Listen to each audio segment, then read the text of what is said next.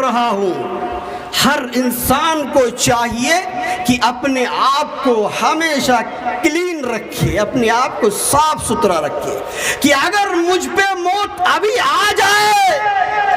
تو مجھے افسوس کرنا نہ پڑے کہ رب العالمین تو مجھے تھوڑی سی مہلت دے دے، رب العالمین 1 سال کی مہلت دے دے، رب العالمین مجھے صدقہ خیرات کرنے کی مہلت دے دے، مجھے نماز پڑھنے کی مہلت دے دے۔ جب موت آئے تب منظور ہے۔ اپنے آپ کو اس طرح کلین بنا کے رکھنا چاہیے ہم سب کو۔ اللہ رب العالمین نے قرآن میں فرمایا اینما تکونوا یدرککم الموت ولو کنتم فی بروج مشیدہ۔ اے لوگوں سنو، تم موت سے بچ نہیں سکتے ہو، تم موت سے مفر نہیں ہو۔ تم موت سے بچنے کے لیے اگر تم انڈیا چھوڑ کر پاکستان چلے گئے، اگر تم موت سے بچنے کے لیے پاکستان چھوڑ کر امریکہ چلے گئے،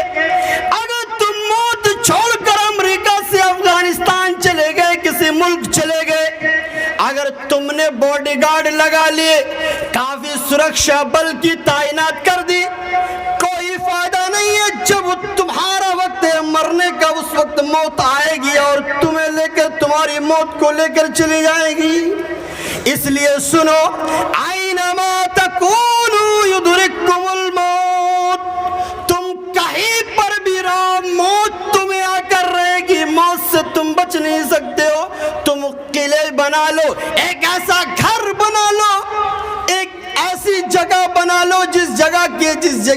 جگہ جانے کے لیے ذرہ برابر بھی سوراخ نہ ہو، جس جگہ میں تم موجود ہو اس جگہ کو پوری طرح سے پیک کر دو،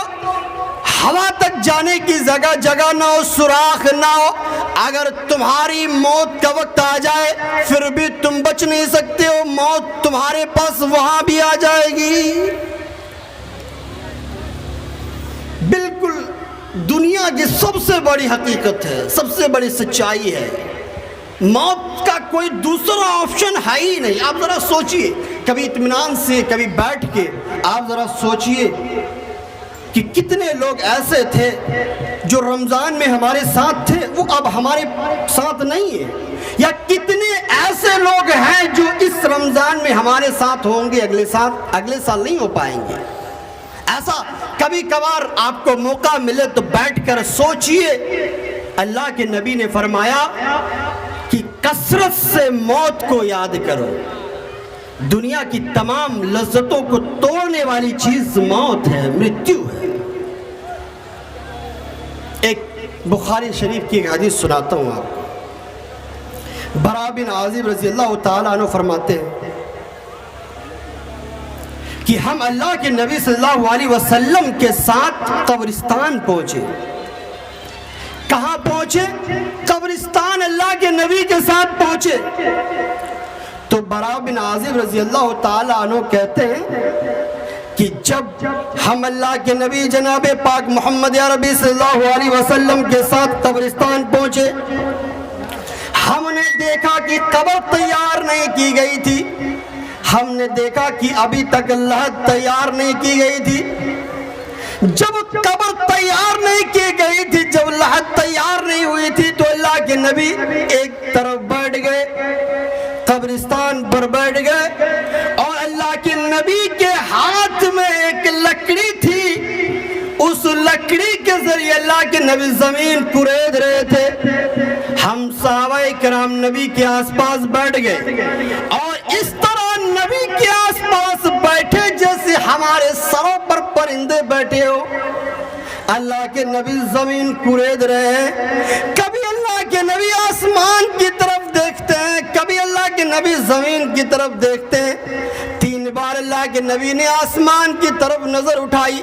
3 بار اللہ کے نبی نے زمین کی طرف دیکھی، اور دیکھنے کے بعد کہا میرے صحابہ سنو، میرے ساتھیوں سنو، میں تمہیں بتاتا ہوں، سنو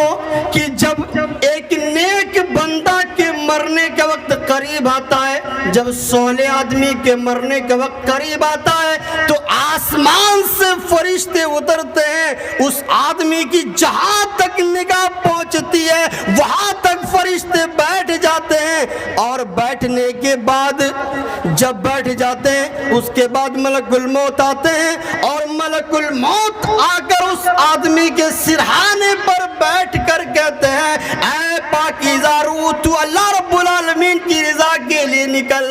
اس نیک آدمی کی روح، اس نیک آدمی کی آتما بڑی آسانی سے نکل جاتی ہے۔ ملک الموت جیسے اس روح کو اپنے ہاتھ میں لیتے ہیں، جو فرشتے پہلے سے ہی ان کے استقبال کے لیے بیٹھے ہوئے ہوتے ہیں، وہ ملک الموت سے اس روح کو لے لیتے ہیں اور اس کو جنت کے کفن میں لپیٹ کر، جنت کی خوشبو میں لپیٹ کر پہلے آسمان کی طرف چل دیتے ہیں۔ جب پہلے آسمان پر جاتے ہیں تو پہلے آسمان میں پہنچ کر اس پاک روح کے لیے، اس پاک آتما کے لیے آسمان کا دروازہ کھولا جاتا ہے۔ جب دوسرے آسمان پر پہنچتے ہیں تو دوسرے آسمان کا دروازہ کھولا جاتا ہے، تیسرے آسمان کا دروازہ کھولا جاتا ہے، چوتھے آسمان کا دروازہ کھولا جاتا ہے، پانچویں آسمان کا دروازہ کھولا جاتا ہے، چھٹے کا دروازہ کھولا جاتا ہے، یہاں تک کہ جب وہ ساتویں آسمان پر پہنچ جاتے ہیں تو آواز آتی ہے میرے اس بندے کو کتاب علین میں لکھ دو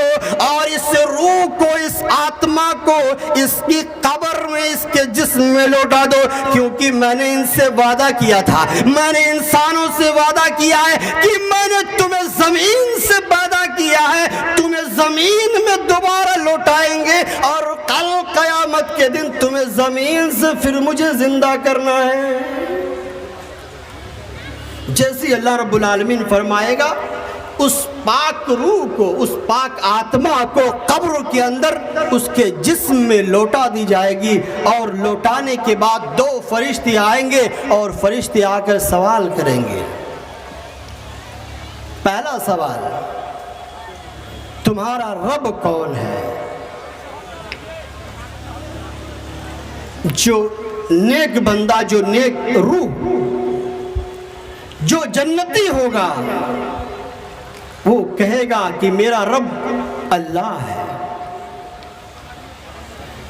اور یہ بات میں آپ کے سامنے اسپشٹ کر دوں